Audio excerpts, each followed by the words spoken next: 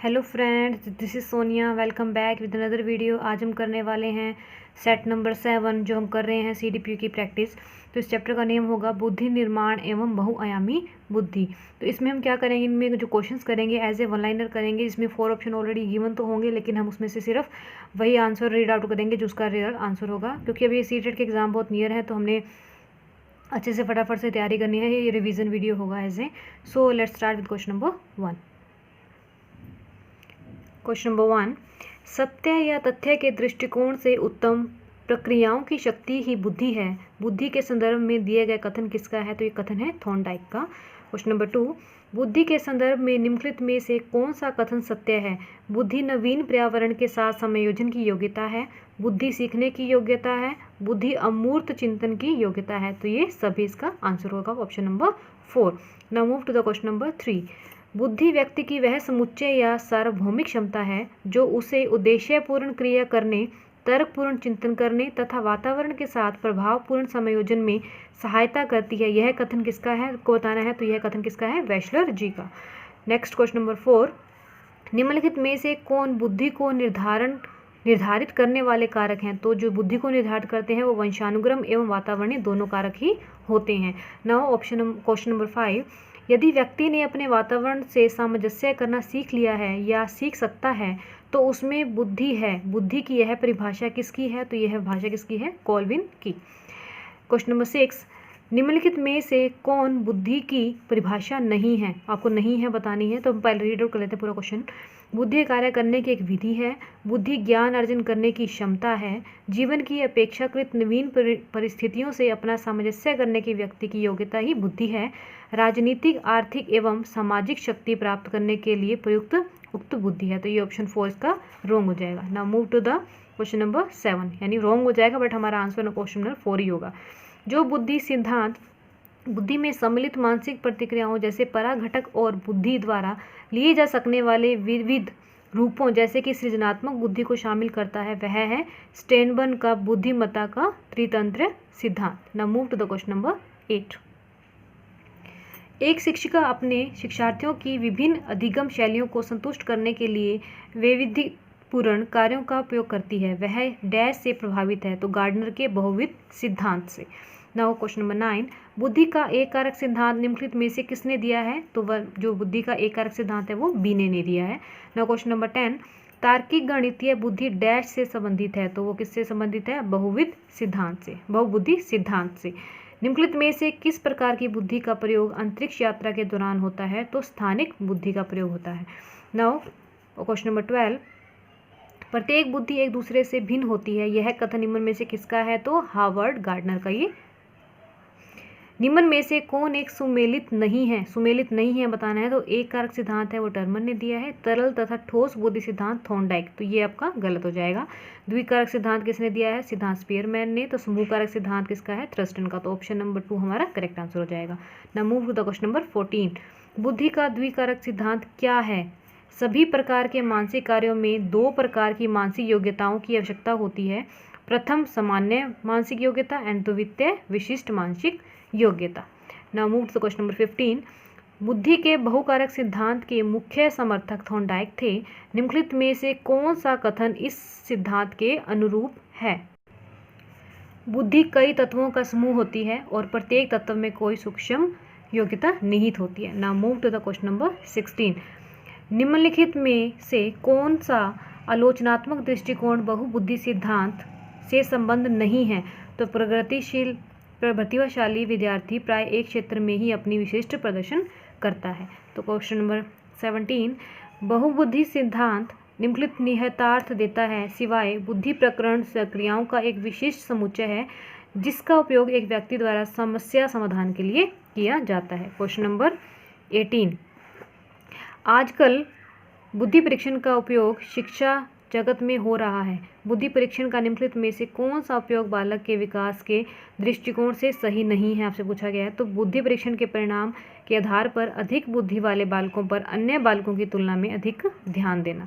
ना question number 19, 16 वर्षीय बच्चा बुद्धि लब्धि परीक्षण में 75 अंक प्राप्त करता है। उसकी मानसिक आयु वर्ष होगी। अगर आपको मानसिक आयु ज्ञात करनी है तो उसका फॉर्मूला होता है MA/C ए, एम ए का मतलब हो जाता है मेंटल एज अपॉन में सी का मतलब क्या हो जाता है, फॉर्मूला हो जाएगा इसका एम ए, यानी एम ए का मतलब होगा मेंटल एज और सी ए यानी कॉन्सेप्चुअल एज इंटू में क्या हो जाएगा 100 हो जाएगा।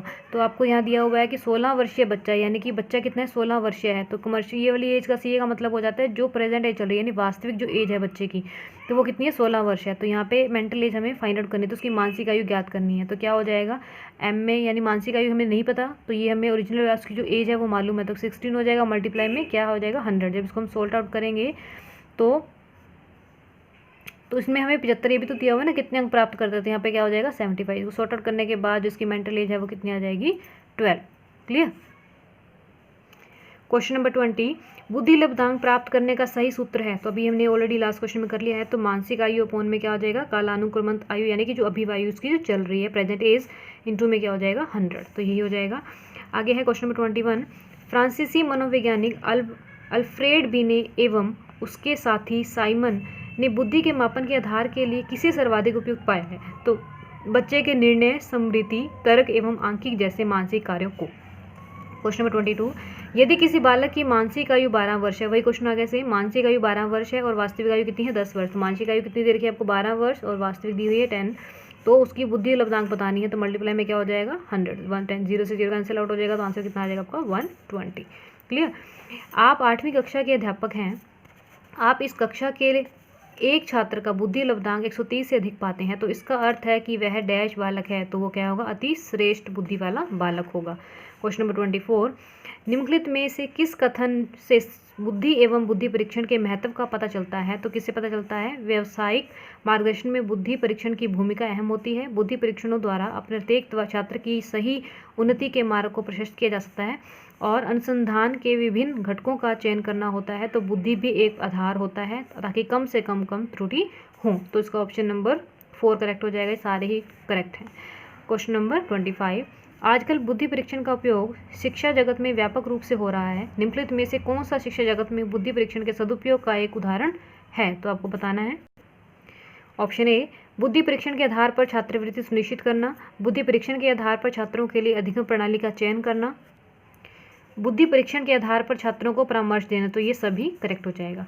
Now move to the question number 26, एक अच्छे शिक्षक के रूप में व्यक्ति को बुद्धि परीक्षण के परिणाम जानने के बाद निम्नलिखित में से किस व्यवहार से बचना चाहिए। परिणाम के आधार पर कम बुद्धि वाले बच्चों का चयन कर उन्हें कठिन कार्य करने से रोकना। तो ये तो वो क्वेश्चन थे जो हमने इस चैप्टर में से किए, तो अब हम वो क्वेश्चन करने वाले हैं जो ऑलरेडी आपके प्रीवियस ईयर एग्जाम्स में आए हुए हैं। So now move to the question number 27। ये जो क्वेश्चन है आपका सीटेट जनवरी 2012 में आया हुआ है। अधिकांश व्यक्तियों की बुद्धि औसत होती है, बहुत कम लोग प्रतिभा संपन्न होते हैं और बहुत कम व्यक्ति मंद बुद्धि के होते हैं। यह कथन डैश के प्रतिस्पर्धिक सिद्धांत पर आधारित है। तो बुद्धि के वितरण पर आधारित है ये। क्वेश्चन नंबर 28, बहुविध बुद्धि सिद्धांत के अनुसार सभी प्रकार के पशुओं, खनिजों और पेड़ पौधों को पहचानने और वर्गीकृत करने की योग्यता डैश कहलाती है। तो क्या कहलाती है, प्राकृतिक बुद्धि कहलाती है। क्वेश्चन नंबर 29, सतत और व्यापक मूल्यांकन की योजना में व्यापक शब्द डैश के अलावा निम्नलिखित के द्वारा समर्थित किया जाता है। जेपी गिलफोर्ड का बुद्धि संरचना का सिद्धांत। क्वेश्चन नंबर 30, रेवन का प्रोग्रेसिव मैट्रिसेस परीक्षण डैश परीक्षण का उदाहरण है। तो संस्कृति, मुक्ति, बुद्धि लब्धांक पर निर्धारित है, ये उसका उदाहरण हो जाता है। Clear. Now move to the question number 31, शारीरिक गतिक बुद्धि रखने वाले बच्चे की अंतिम अवस्था निम्नलिखित में से कौन सी होती है। तो शल्य चिकित्सक। क्वेश्चन नंबर 32, बुद्धि लब्धांक के आधार पर विभिन्न समूहों में विद्यार्थियों का वर्गीकरण उनकी सब गरिमा को डैश है और उनके शैक्षणिक निष्पादन को डैश करता है। तो घटाता है और प्रभावित नहीं करता है। निम्नलिखित में से कौन सी बहुबुद्धि सिद्धांत की आलोचना है। बहुबुद्धि केवल प्रतिभाएं हैं जो पूर्ण रूप से बुद्धि में विद्यमान रहती हैं। नाउ क्वेश्चन नंबर 34, जो बुद्धि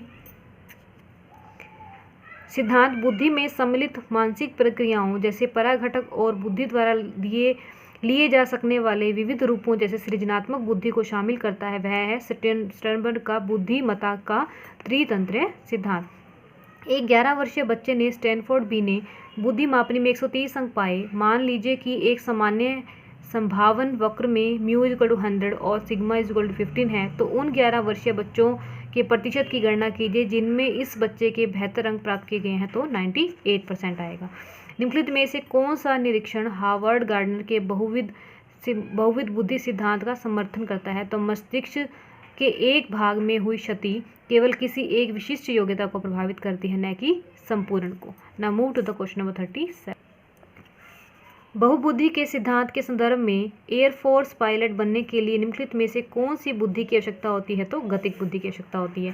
क्वेश्चन नंबर 38, बुद्धि की स्पीयरमैन परिभाषा में कारक जी है। जी क्या है? सामान्य बुद्धि। संवेगात्मक बुद्धि बहुबुद्धि सिद्धांत के किस क्षेत्र के साथ संबंधित हो सकती है? तो अंतर्व्यक्तिगत और अंतर्व्यक्तित्व बुद्धि।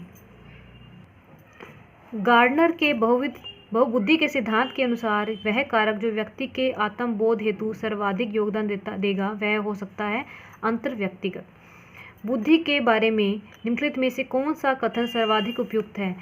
बुद्धि बहुआयामी और इसमें कई पहलू निहित है। तो ये जो ऑप्शन हो जाएगा ये सर्वाधिक उपयुक्त है। So this was your set number 7 जो हम प्रैक्टिस कर रहे हैं CDP की। तो ऐसे ही और वीडियो को देखने के लिए मेरे चैनल को सब्सक्राइब कर लीजिए ताकि जब भी मैं नेक्स्ट वीडियो अपलोड करूँ तो उसका नोटिफिकेशन जल्दी से ही आपको मिल जाए और आप इस वीडियो को ईजिली देख सकें और अपने जो एग्ज़ाम आने वाला है आपका CTET का उसके लिए फटाफट से अच्छे से तैयारी कर सकें। So do watch my next video. Thank you and bye bye for now.